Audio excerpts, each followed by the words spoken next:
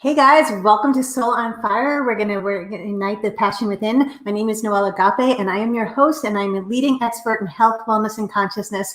Today, we have such an incredible show for you. I'm so excited for you guys because we have two of my favorite humans on this planet, Scott and Nancy Kiesling, and they are love relationship coaches, and they are adventure therapy coaches, and they take life by the hand, and they make everything better. Really, truly, they'll jump off a cliff with you and show you your fear, and they'll show you, work into your heart and show you where you need to go into your heart center, guys. So sit back, relax.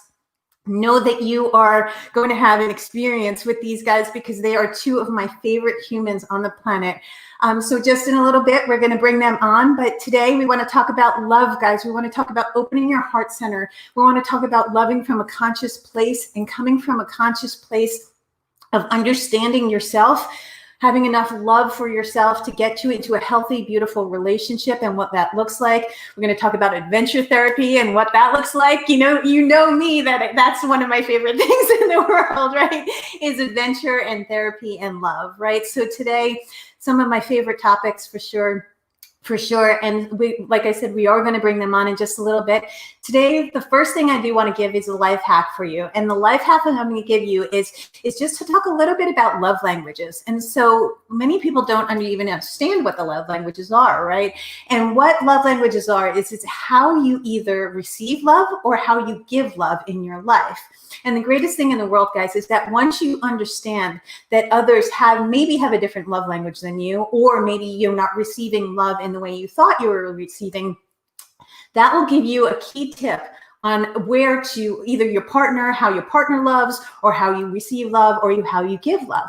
And guys, the greatest thing in the world is that when I learned the love languages, it was so cool to me because it's like a personality type. You love in a personality type, and people say to me like, Noelle, wait, what? Love is in a personality type, but it really is, guys. Your heart center and your emotions and all of your stories that come with it is just a way that you love, right? And it's a way that you get to express yourself with your self-love and express your love to others, right? So there are 5 different love languages, and the first love language is acts of service. And so that is when you receive love and you feel like somebody is doing things for you, like somebody does the dishes for you, or they'll hang a picture for you, or they'll just take care of you, and you feel very taken care of with the acts of service. And that's truly a form of love, right? And the next is physical touch. And that is, when people hug or kiss, and some people are just more touchy than others, right? And some people are like, whoa, my bubble, your bubble, right? So you want to make sure that you understand, if yours is physical touch, that everybody doesn't have physical touch as well.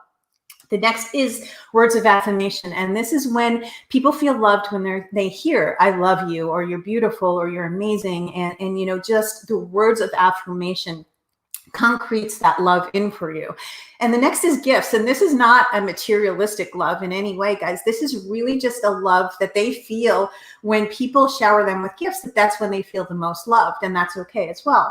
And then the last is quality time. And how that looks is if someone gives you their undivided attention, right? If someone is putting their phone down and spending, all of their focus on you, and you feel so loved in that moment, that's quality time, right?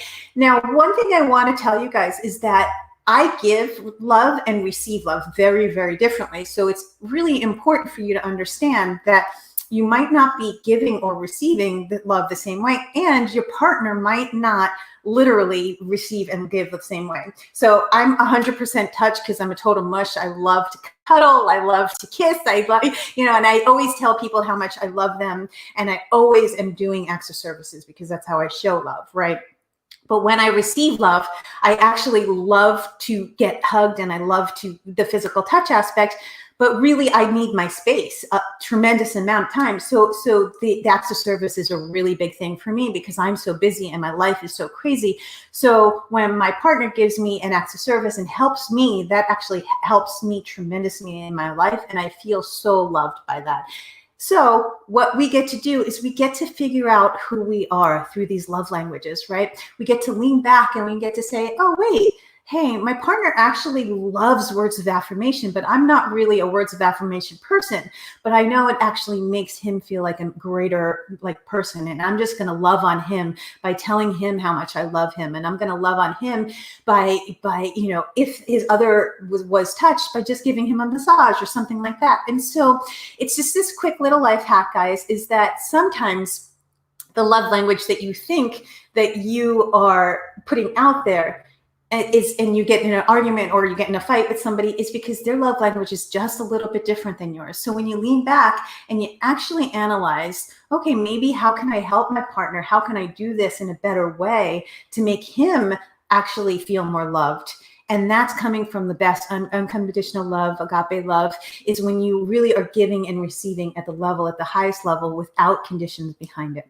So guys, the 5 love languages, once again, they are acts of services, physical touch, words of affirmation, gifts, and quality time. And just analyze the type of love that you receive and the type of love that you like to give. And I promise you, that will save your relationship.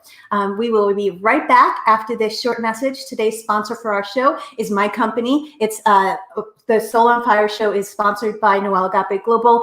And we will be right back with Scott and Nancy, because you do not want to miss this show. These guys are the most amazing humans you will ever meet. We'll be right back. See you soon.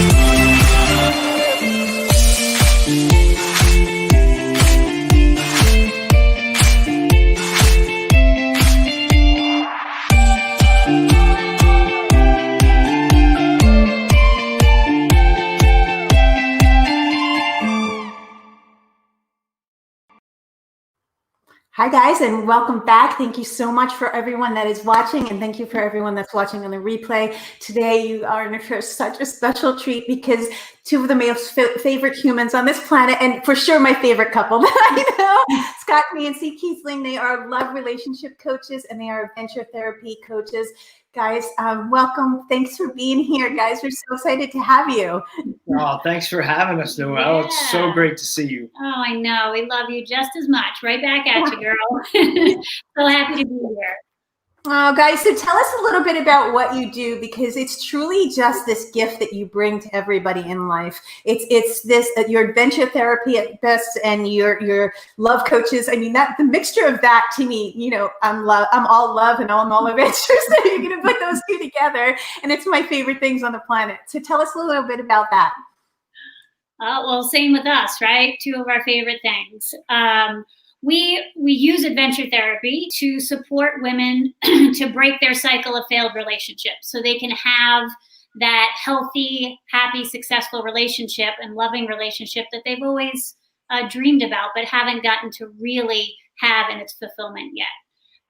So we use adventure therapy, meaning we get people out of the cage of their mind. We tie in their physiology with their mindset, which is 2 very important components that often aren't combined. A lot of people leave that physiology side out. And what happens in that is you have a mindset change if you go through coaching or you start to do some self-growth, but you'll hit a wall. You'll start to have, the downside of the roller coaster, because your physiology, our muscle memory, keeps score of every single experience we've had in life, good or bad. So tying in that physiology with the mindset shift that you're having allows you to stay on the upswing of self-growth and not get dragged down by the physiology. Well, and like you were saying earlier, just what nature does on the brain, what nature does for our physical, our soul, and our mind at the same time.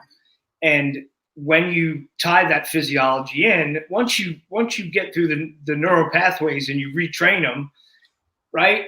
When you can tie it into the body, so the body stops acting out in depression, anxiety, whatever it is, then you get that complete change. I love that so much, guys. And you guys speak my language so much, the neural pathways and the adventure and the love and the body and the kinesiology of making the mind-body connection. And that's what we teach on this show, right? We teach about making the mind-body connection and how important that is. So the two of you are probably one of the most conscious couple that I know, really. I mean, you love from your soul and you truly bring that out into the world. I want to ask if it's okay. And I know that every time I have you guys on, I ask you to tell these stories, but just your story of getting there, because it's such a beautiful journey. And just to have the viewers see the depth of the people that you guys are and how you got from where you were to where you in the relationship that you are right now. Yeah. Want to go first? Sure. All right. Well, for me, I come from a family of women, right? I've been surrounded by women since I was born. I've got 4 older sisters, lots of female, females, aunts in the families, cousins. Our house was constantly filled with women. So I gained this unique perspective of women, what we go through, how we talk to ourselves, how we feel, how we often lie to ourselves. And I've always been connected with women. I was taught a very strong independency to have boundaries, have standards, be strong and independent, follow my heart. But I still ran into trouble in my relationship department. I always ended up with men who didn't put me as a priority. So whether it was other women, their career, drinking, partying, somehow I always ended up on the back burner. And by somehow, I ended up learning that somehow was me, right? I wasn't putting myself as a priority. So why would anybody else? So over the journey of dating and being in relationships and having broken hearts and loving, I hit a point where I had had enough. I was my mid-30s. The relationship I was in for the past 5+ years ended. And I was really flabbergasted because I thought it was very different than everything prior to that. And it still ended up in the same way as every other relationship. So I really was at that wall, like, what the hell? What do I do? And I was just like, we've all had been at that wall. That's so yeah, all those thoughts, like it's just never going to happen. And also, you know what? I don't want it to happen. I hate men. Forget it. Yeah. Guilty, so guilty. Like, who needs them? Yeah. But when I was feeling like that, the job I had at the time, I walked into the office a few days after my breakup. It was like the week after. And I said something along those lines of like, why even bother or whatever. And my boss was like, that's such an awful thing to say. You have so much to give. You just haven't found you yet. And I was like, I guess. But I did some thinking on that and really analyzed my past relationships and started to see a pattern. Which we all have. When we sit down and we look, we all have a pattern, but we don't want to see it at the time that it's our doing that is creating this pattern. Yeah. So I did a lot of self-investigation. I started down the road of what we all call self-growth, looking within and really where could I take responsibility to make a change and really have the relationship and love that I wanted.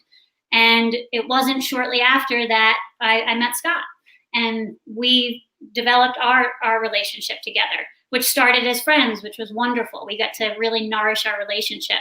But it's been a wonderful journey because, of course, your triggers still come up in your relationships, even here.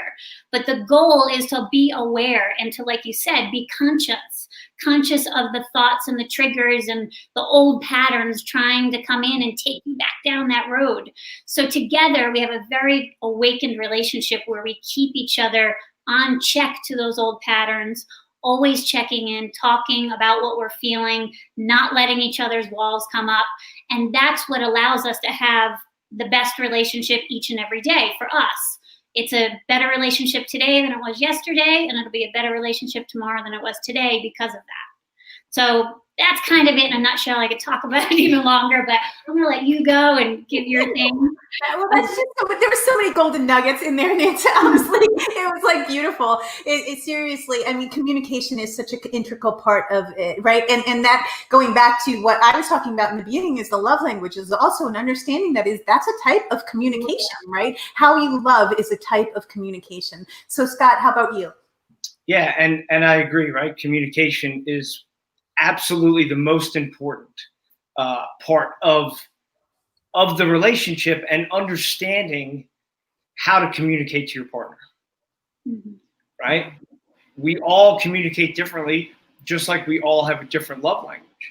And we tend to give love the way that we want to receive love. Mm-hmm. And we tend to discuss things the way that we want to hear them. But then what do? We distort and we delete, and we hear what our story wants to tell us anyway. And I had a really strong story, right? My story was that I would never be loved, right? I didn't deserve it. I wasn't worthy of it. Lots and lots of those things. Mm-hmm. And it took, again, failed relationship after failed relationship. I was the alter ego, alter side of Nancy, right? I was the cheater. I was the quitter. I was the, flirting and going around. And it filled a need, but it also kept me from getting close. I love that. Right? That was I would build that wall and not ever get hurt, not ever experience love, not ever experience the feelings that come with it. And after my last failed relationship, I too looked at, okay, if everywhere I go, I say, this person is a jerk, and I go somewhere else and this person's a jerk, and I go somewhere else and this person's a jerk, and I go somewhere else and this person's a jerk, there's only one common denominator. He's a jerk. I'm the jerk. That's a very hard pill to swallow, is to say, wait, I'm actually the one that's not treating people the way they should be. I'm actually the one that has like massive heart walls that I won't let people in. Let's talk about that, guys. I mean, that's huge. I think that's the core of most of our work that we do, right? You guys do, and I do with our clients, is working around their heart space and breaking through the barriers that they're not worthy, they're not lovable, they're not safe to love, they're not, secure or protected in love, or they just don't feel good enough for love, right? And guys, comment below if you have any questions for them, and we'll have you guys go back and answer it. But please, tell us about opening your heart walls, and tell us about being emotionally unavailable, because that's, I would say, probably with couples, that's the 90% of what I cover with couples. How about you guys? Yeah, and it's really when you're finding someone is unavailable, right? What do we need to look at? Just what we were talking about. We need to look at where we're unavailable.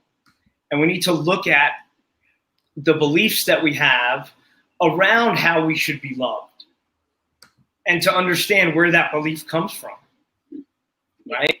And really find that root cause for the belief that's running the subconscious to keep attracting in unavailable or man child, or whatever. I've had a lot of those. Whatever that pattern is that someone is experiencing. Yeah. And when you get to that root belief, when you really get them to see where it came from and give it that new meaning, it's the beginning of breaking open that heart space. It's the beginning of getting them out of the cage of the mind and the story that they tell themselves about themselves, to themselves and to everybody else. Yeah. No, for me, and what I find with a lot of other people that seems to resonate is, I was always scared to speak my mind. What I figured out was because I was scared the person would leave, right? You're like, well, if I actually say what I really want to say about what I want, how I think you should behave right now, or how I don't like how you're behaving right now, or whatever it was that was going on, I wasn't speaking up because I was worried they wouldn't like me anymore. But all that did was lead us down the road to them no longer liking me or loving me the way they had in the beginning. Because I was never my true authentic self. I started out very strong, but then I just stayed very surface based. I never got below to that deeper level of that heart space of really just coming from my heart of everything I felt and thought about everything that went on. And again, as you work on it, I mean, it's been years that I've been really conscious about where I close up. I still have those walls try to come up like, oh, I don't know if I want to talk about it. And that's my light bulb, my alarm system for me now to push through that and make sure that I am authentic to myself, because I don't want anything else. And that's what I really discovered of, I don't want to live in fakeness. I don't want to live in this, non-authentic relationship when all it does is it causes work and sadness and disappointment, and nobody's happy in it. At the end of all my relationships, they always said that they just wished this conversation had taken place earlier, right? Because you always end up in that place where you're having that deep conversation of, why did you go cheat? Why did you go do this? And then you end up in all this deep talk. Finally, that ice is broken. And that's where the heart comes out of like, why didn't we talk like this before? If you could only do that to start, which is what I learned, when you do it to start, that's what gives you the long lasting, go through anything, not scared of anything, because you love each other unconditionally both ways. The communication is as equally important as the vulnerability. Yes. Oh, I love that. I love that. That's so beautiful. So communication and vulnerability together. That's the key component, really. And guys, I mean, I resonate so much with all that you're saying is that, my grandfather, who was my hero, died right in front of me when I was 15 years old. And then my dad was an abusive alcoholic, right? So my love language was really like, I didn't even know how to love a man because like you, Nancy, I hated them, right? And so I was finding all of these emotionally unavailable men, but it was really my walls that I couldn't, because I didn't want to love, because love hurt, right? If they either die or they leave, right? Or they hurt or they're abusive. And that was my story that I put around love until I became vulnerable, and until I was able to communicate that core of who I was really, truly, I mean, that was such a groundbreaking place for me I'm a relationship girl, and I love being in relationships. I just feel more comfortable in relationships, but I was always in these long-term unsuccessful relationships that would just feel very surface, right? And even my marriage was 19 years. It wasn't the depth of the love of my soul, right? And so what I had to learn, really truly learn, was how to go within me to find love. And so let's talk about that, and let's talk about self-love and finding love within you before you actually can get love on the outside, because it never comes from an outside source, right? It always comes from within, and you emanate out the type of love that you want to call in. So let's talk about that, because that's huge, right? Yeah, so I like to say, you see what you be, right? You see what you be. And if you're seeing something that's not attractive in your relationship or within yourself, or you're alone and there's a pattern to that, again, it comes back to, where are we located in that space?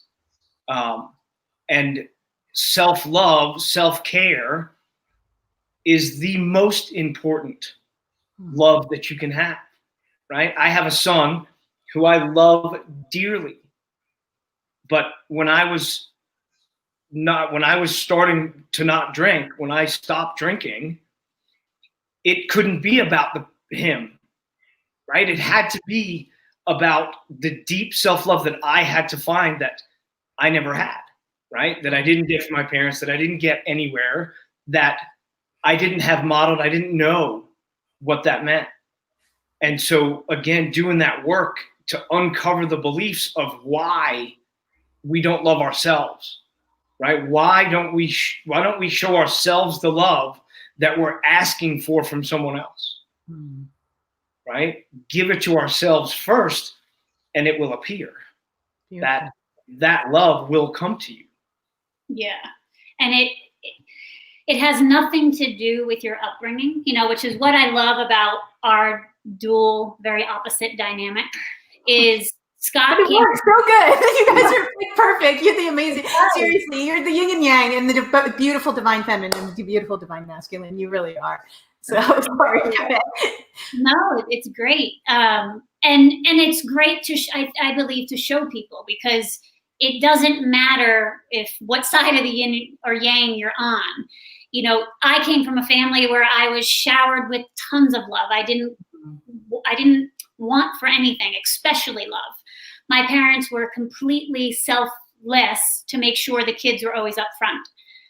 Yet, being a baby of 5, of course, you're gonna, and again, it's just being a human being. It's the biggest thing we teach clients when they go through this process of, it's not to blame. Even if you have a terrible upbringing, it's not about blaming others of what they didn't do, what they did, or. So when I looked at mine in the beginning, that was hard, because I was like, my parents were great. There was nothing I could possibly think of that they didn't do correctly. But they're human, right? So I'm a baby of 5. Of course, I'm getting, dragged to the gymnastic meets. I'm fed out of a carriage. I didn't get the Sunday dinners as often as they did, or whatever, right? There's a whole schmeal that goes in of, I'm not the same as the firstborn, of course. But I was given the same amount of love, but I took it differently as a human. So I took it as I internalized it as being put on the back burner of not having the love. So I didn't give it to myself. I gave to others first. But you can't give to others without being full tank yourself. You get depleted. So I found I was constantly dragged down. I was constantly depleted of energy, because I was trying to be everything to everyone and wanting to be everything for everyone, rather than touching base with myself, really getting in tune, like we're all talking about here, so I could be authentic and be what I am truly, and just attract in what matched me perfectly. Otherwise, I was running around looking to try to make the match. It's like playing the matching game, right? Instead of just sitting there and knowing, if you just get tuned with yourself, it will come in. So for everybody that goes through it, it has nothing to do with your upbringing per se. If you're having trouble in your relationships, it always comes back to self-love, which is why we always start with the relationship with self, with every client we work with. It's always diving in there first, because you got to go there when troubles are brewing in other areas. That's so amazing. And I just love those. I mean, what you guys said is so important, because if you're not doing the internal work and you expect to have like this beautiful relationship, you're coming in like as a broken part, but thinking that someone else is going to make you whole, right? That's never the case. No one is ever going to make you whole, guys. I promise you, you finding yourself and becoming the best version of you is going to make you whole. And then you're going to find somebody else that's whole, and you're not going to be 2 broken halves. You're going to be one whole and another whole that comes together, right? Yeah. Don't complete somebody, compliment somebody. Yeah. Be complete to start with. Yeah, no, that's such a great point, Noelle, because it really was. And that's what I was doing. I was searching. I was so used to relying on other people because of my family dynamic to fill me up, especially my mother. And I didn't have my growth until after she passed away, because I was forced to experience that break, that disconnect of what I relied on so much to identify myself with. Wow. And that's such a big thing, is that I had to go back the same with me. And I mean, I had to, no one was ever going to be my grandfather, right? And so it didn't matter who you are. You could have been Superman, and no one was ever going to be my grandfather, or you were going to be my father and you're going to be a complete, jerk, right? And so I put them in 2 categories specifically. It was either my hero, or it was somebody that was gonna, I was the victim. And so it's a victim loop that we were in, and we had to break that victim loop, because there's always the hero, the prosecutor, and the person. Sorry, the victim, the prosecutor, and the wait. What is it? It's a triangle, right? Anyway, if you're in the victim loop, there's always going to be somebody that you're reaching for, or somebody that's going to save you, or somebody that you are prosecuting. That's it. The victim, the hero, the prosecutor. Thank you. I had a brain freeze.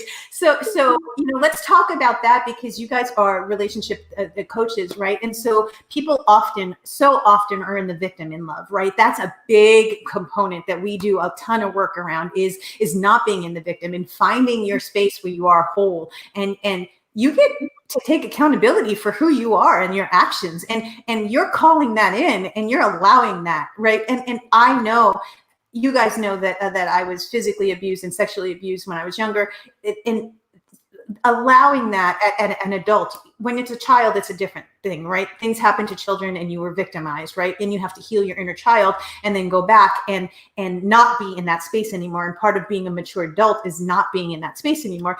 But also part of being in a mature relationship is not being in the victim anymore, right? And so let's talk about that, because that's such a huge, huge thing. When, you know, the loop of, again, now that I know it, the victim, the prosecutor, and the hero, let's talk about that in love, within love. Yeah. There's a lot of times where we want to play the victim. We want to play the blame game. We want to stay in that triangle, right? And why do we stay there? Because it's filling some kind of need. Hmm. It's filling our needs in an unhealthy way, but it's filling our needs. So when we start to look at where folks are in that victim mindset, how can we turn it? How can we flip that magnet to solution mindset, right? And how can we get them off of that cycle? And so I think that's the important. Yeah. And I always communicate as take charge of your love life, right? It's actually empowering to accept the responsibility, because then you have power over it. The other way, we're like, why does this always happen? Why am I in this place? Why am I still single? Why don't my relationships work? Why does my relationship suck? Whatever. We're in that victim mode of it's happening to me. When we look within and we go, how could I possibly have a hand in this? Suddenly we become our only challenge, but we become the most powerful thing in our relationship, because changing how we're behaving just completely changes the ripple effect to everybody else. It starts eliminating the toxic people that don't want to rise up and go with you, or it starts taking the people that go, gee, this feels so much nicer than it was before. I love communicating this way versus the way we used to. And it just changes the whole dynamic by you looking within and changing your behaviors from your old patterns. So I think looking at it as I have responsibility over this, internalizing it, even though it was hard at first, now when it's explained to people that way, it's like, oh, this can be empowering. It's not scary. It's not sad. It's not, oh, poor me. It's holy crap. I have complete control over my relationships in every realm and my life. So where do I start? And then you just go from there. And which is why one person can change the relationship. Yeah, it only takes one person to start bettering a relationship.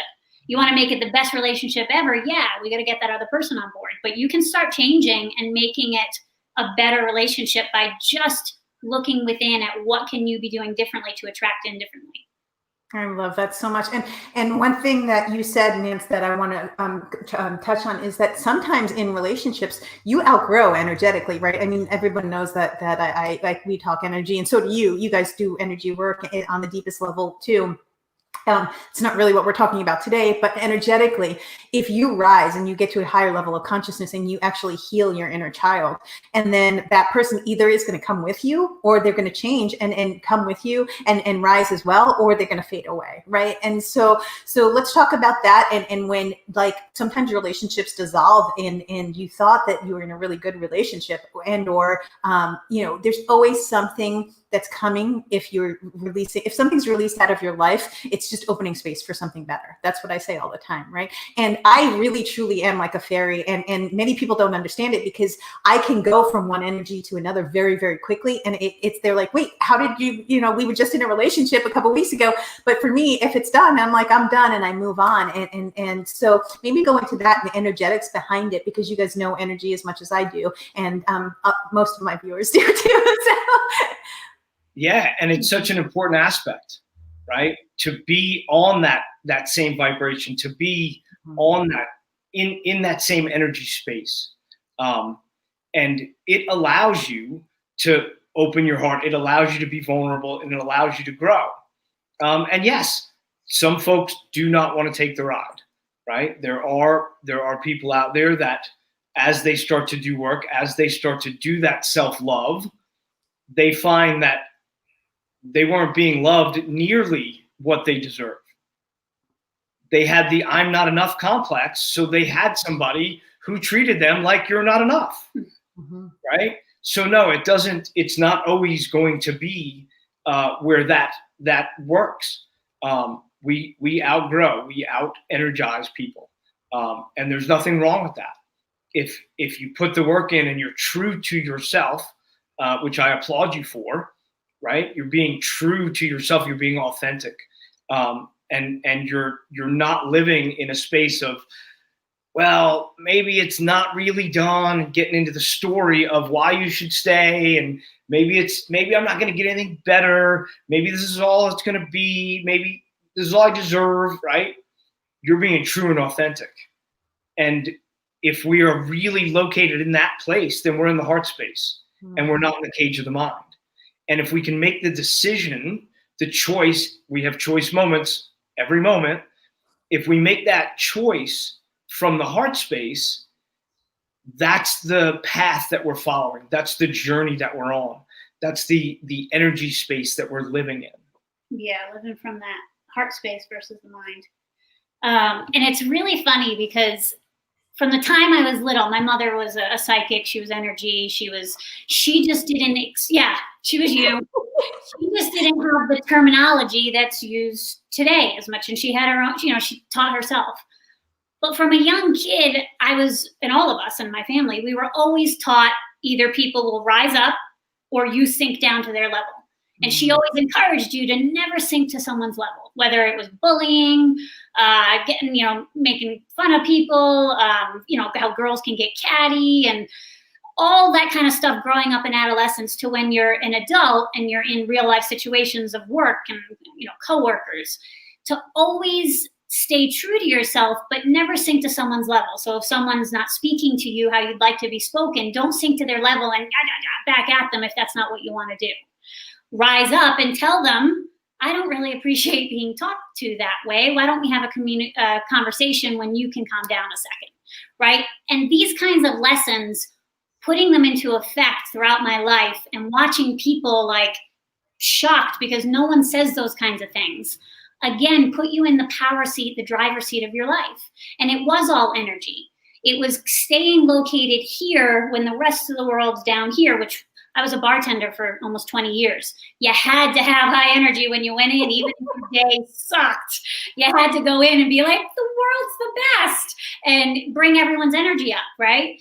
So I've trained that in myself of keeping that energy space to where I want it for the day.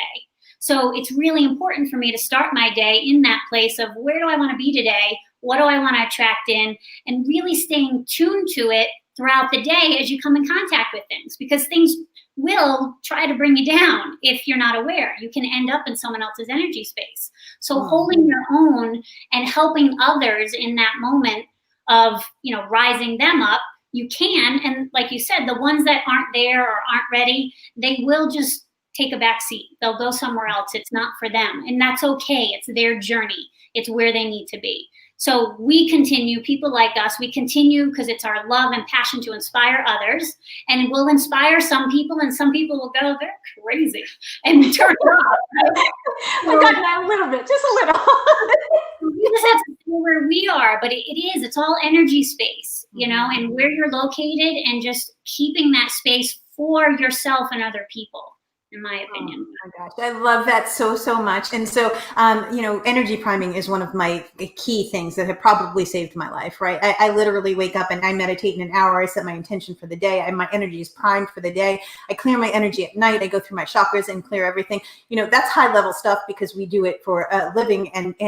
But just even setting the intention, just making the conscious choice to be in a better energy, making the conscious choice to have self-worth, making the conscious choice to not be treated the way you were treated in the past, making the conscious choice to say, today I'm going to step into my power. And how does that look, right? It doesn't have to be the depth that we do in the energetic fields, but it definitely is conscious living, and loving is conscious, right? You have to, there's another human being involved, and you have to understand that your stories are not their stories, right? And so often what we get with love, and you guys can talk a little bit about this, but what happens often with many of my clients is they get so wrapped up in their story that they don't even see what's going on with their partner's story, right? And so what we don't understand is that all of us, from 0 to 7, 0 to 10, our brains are malleable. We get, whether it was you were raised in a beautiful family that was loving, and or you had a lot going on in your family, like you, Scott. You both had issues that were going on that you had to work through, and you both had stories about love, right? And so if we're not, and I love that you said this, vulnerable and communication, because those are the two keys. When you could be in your heart space and you can communicate from a place of vulnerability and true self-love, that is the highest vibration you can emanate out, guys, right? And so let's talk about like the partnership, because you guys do it so well, like being a conscious couple and really truly making a conscious effort to be cognizant of your partner's needs, right? I think that's such a tremendous thing that both of you guys just do. If you ever spend a minute with these guys, you would understand that there's never a moment where either one of you don't feel taken care of or loved. And it's just the flow that you guys have. And it's so beautiful. So maybe give some life hacks to our viewers about that. Yeah. I'll tell you the simplest one. If you get up to get yourself a glass of water, get your partner a glass of water. Right? Yeah. It starts that simple. And then it goes to quantum depths in our relationship. If your partner, okay, so communication and vulnerability is like a roadmap, right? I know every street, I know every stop sign, I know every corner, right? So if there's an indicator, if there's a roadblock or a detour, that doesn't give me permission to stop. So beautiful. Right? I have to look and find, okay, why is she not being communicative? Why is she quiet today? And then investigate. Not go, she's just moody, bitchy, whatever judgment we want to come up with. Instead, I say, hey, Nance, what's going on? 98% of the time, she says, I'm in that old pattern. I have something due for a client. I'm work, and I caught myself. But I'm still in a little bit of that story. So we stop whatever we're doing, we talk. And we balance each other. So if I'm triggered, if I have something going on, she knows my roadmap because I've been vulnerable and I've communicated. And we understand each other, and we understand each other's needs and how to meet them in healthy, positive ways. And to do that, it simply comes down to opening up to that heart space, to that communication, and not being afraid of, and yes, it's got to be a safe space. There's got to be a conversation about that, and there's ways to guide folks through it. But it's a simple, safe conversation, and there's nothing going on. You're not breaking up because there's a conversation. That's the story we tell ourselves. Oh, well, if I say this, they're going to say that. And it's going to be, all hell is going to break loose, and it's going to be, World War III, and I can't say that. There are nice ways to say it. We've got a lot of patterns that go on where we believe the story that we tell ourselves, so we never communicate it. And we've had this dialogue in our head. Well, I'm going to say this. They're going to say that. I'm going to say this. Nope, I'm not going to win. I just won't do it. And the more that goes on, the further apart that communication, that vulnerability, that roadmap becomes. Yeah, and that was the exact path I took in my relationships, which is why slowly over time, the foundation wasn't there. There was a big void. There was no vulnerability in the sense of really being that one for each other. But I think it's really kind of two-sided, the communication and vulnerability, because I think of myself before doing work and I'd be like, what's the difference? Is how I would think about that. But before I communicated I talked to them all the time of what's going on. I wasn't afraid to ask them. I was scared to be vulnerable. So that's a little bit of the difference there. They didn't ask questions, so I didn't open up when I felt something. I didn't show my vulnerability and value my vulnerability, that it mattered, it meant something, it should be talked about. But I would want to know what's going on with them all day long.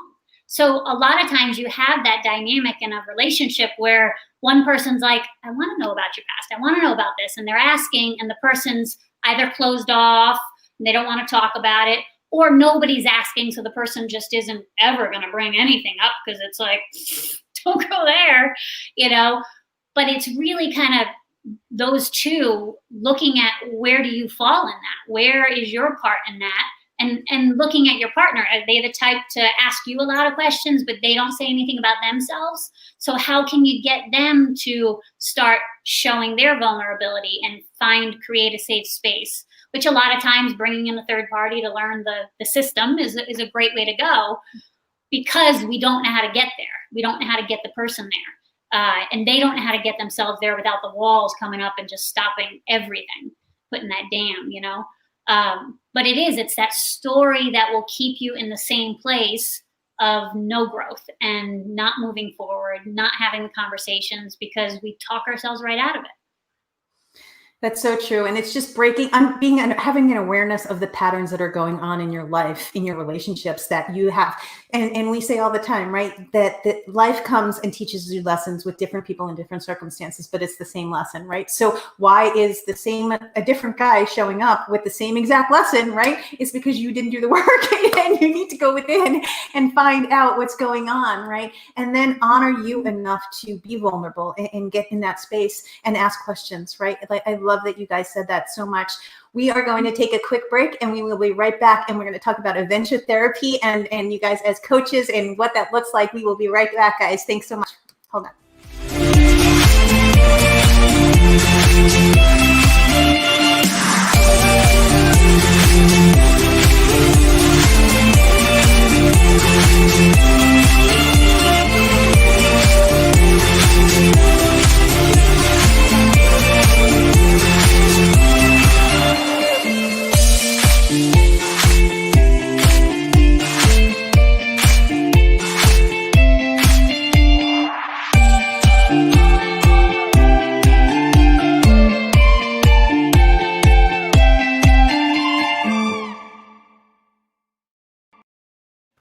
Welcome back, and thank you so much for joining us, and thank you for everyone that's watching and on the replay. We are going deep into love in the heart space and finding out what we can do for love and how to communicate and how to be vulnerable. And Scott and Nancy Kiesling are relationship coaches, and they are adventure therapy experts, and they are amazing. We have the same passion for love and for travel, guys. Welcome back. Thank you again for being here. So let's talk adventure therapy, guys, because this is one of my favorite topics in the world. Like, love is all mushy and heart space and we get all emotional, but let's talk about what you guys do as adventure therapists. And like, you just got back from Zion and you were at like canyoning or something, right? Talk about travel and how it connects to your soul and how you use adventure therapy to make people the best versions of themselves.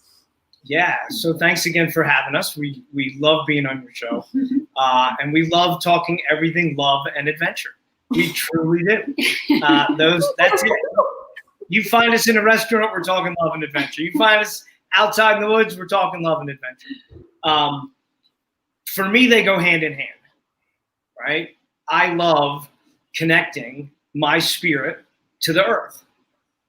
I love connecting my mind, body, and soul truly with Mother Nature. I always have. And what I found is I'm not the only one. Definitely not. It touches everybody's soul. That's the idea of Mother Earth. It touches our souls. So when we get out there, whether it's under a tree, in a park, walking in the air, it's touching our soul. So what I found with clients through our rock climbing gym was that we would have these really deep conversations when they were hanging 80 feet in the air. And most of them were around fear. And my true belief about fear is that it's false evidence appearing real. And that you're not in danger. You're connected to a rope. You've got a guide with you that's, there's safety protocols that are put in place. But when we teach to stop the human behavior of fear, right? That doesn't mean there's not danger, right? If you're standing in front of a train, that's dangerous. But if you're worried about a train that's going by, that's fear, right? And it's false evidence appearing real because you're not standing in front of the train. You're not going to stand in front of the train, right? So again, we go back to that story. So we can again change that belief, change that mindset, unlock the cage of the mind, but our body still wants to act out fear. So when we tie in the adventure therapy, we break the habit, we break the pattern within the biggest muscle of the body that holds all of our experiences, all of our traumas, all of our everything, all of our fears. When we crack that open, if you will, then we've tied them together and we don't act out that human behavior anymore. Yeah, I love that so much. That's all me right there, right? And I know you guys run adventure retreats all over the world. Maybe talk a little bit about that. And I know that you guys have done Costa Rica and Bali and in incredible places, and you rappel into caves and you jump off cliffs. And I mean, when I say adventure therapy, guys, we're not canoeing down a river. They're legit getting you into your fear and facing every fear that you have, right? So Nancy, talk a little bit about that. Yeah, it's everything from hiking to waterfall rappelling and everything in between. For some people, the flight to wherever we're going is their big experience, right? They have fear of getting on a plane, fear of going to an exotic country. Stories come up in everything we do. So increasing that comfort zone throughout the 7 days on all these adventures brings about a lot to talk about, because we don't do anything that anyone can do. Anyone that has, as long as you can climb a flight of stairs, you can come do all of our experiences. It fits that physical fitness level. But again, that story is going to come up and go, I can't kayak down. I can't hold down. Are you crazy? I can't. But again, everybody can. I mean, he's taken people rock climbing that were in wheelchairs. So it's the mindset around it is what we coach people through. And when they have that experience on the retreat and see what they're actually capable of and come down the other side completely empowered that, oh my God, I did this, it changes that mindset about themselves, that self-love that we were talking about. Now, COVID has changed things a little bit, right? So we had to get kind of creative in how we bring adventure therapy to people. The fun part about adventure therapy is it doesn't have to be as extreme as waterfall rappelling or rock climbing. It can be just something that gets your physiology out of its everyday normal routines, because we all have things that we do on autopilot. We all have feelings that we follow and behaviors we follow as we feel those feelings. We all have comfort zones.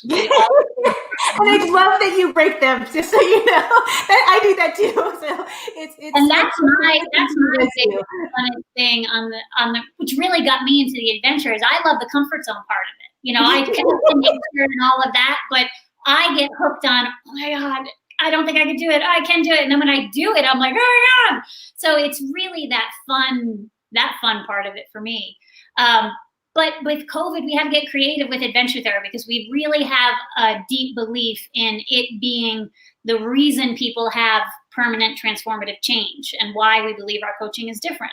So because we can't go on retreats and travel right now for the time being, we got creative of bringing adventure therapy to people's homes in different ways, So we bring this adventure with our clients into either their backyard or their hometown environment of putting them on their own date with themselves for the day of doing some kind of adventure within their area.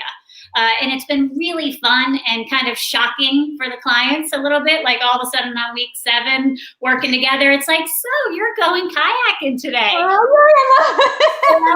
But everything's set up and they have a nice day date with themselves. And by the end of it, because even that, the story creeps in of, I'm going to go out to dinner by myself. Wait, what do you mean? I'm going to go sit by myself and have dinner at what restaurant? That's a big thing, going to dinner by yourself. Like, it's like in the last couple of years have done it, but now it's like I have wine and my salad, and it's my time. Like, it's my time to do that. I love that you do that. Yeah. I love it. Movies alone and dinner alone. Yeah. Superb. Oh my gosh. Well, I love you guys so much. Thank you so much. One life hack to give everybody before we let you go. And where can we find you? Because you guys are so amazing. Guys, if you do not in any way, if you need help in love, if you need help in adventure and connecting to your soul and nature, these two are the most amazing humans you will ever meet. So please, please, please reach out to them if you need it. And where can we find you? And one life hack before we leave. For the life hack, I would say change your focus and you will change your life. It's that simple. Yeah. As far as where you can find us, scottnancykiesling.com, on Facebook at Scott and Nancy, and we can drop some links in the comments. Yeah. We're happy to talk to anybody and answer any questions. Yeah. I love you guys so much, and we still have to do a retreat together because I think that we're just going to have a blast. We're going to connect to our soul, and we are going to jump off a cliff and change the lives. So I love you guys so much. Thank you for being on, and for those of you that need for love and adventure therapy, reach out please, because they are the most amazing humans on the planet. I love you guys. Thank you, Noelle. Thank you, Noelle. Good to see you guys. Bye. So to our viewers, guys, if you are looking inside for love, that is where you are going to find love. I promise you that if you look inside your heart and you start to think about what's going on instead of looking to the outside and being the victim, I promise if you look within and you be vulnerable and you ask questions, I promise that if you say, I am worthy of love, I am lovable, I am safe, secure, and protected, I am whole and complete, I know that I can have a great relationship, and you honor you in the level that you're supposed to love, at the highest level. Know that you are pure divine love, God. You guys, you are pure divine light. God comes through you and is in every cell of your body. The source universe, there's a better version of you out there. I promise you guys, I love you so much. If you like this video, please like, share, and subscribe it out to the world, because we want to get this message of love and being in your heart center out to the world, to as many people as possible. Our goal on Soul on Fire is to bring health, wellness, and consciousness to as many people as possible.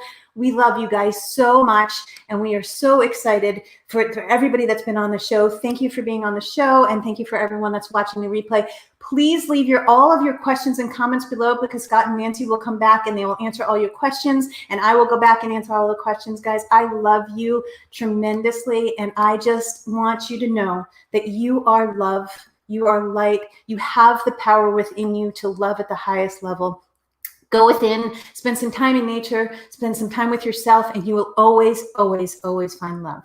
I love you guys, and I will see you in the next video. Take care.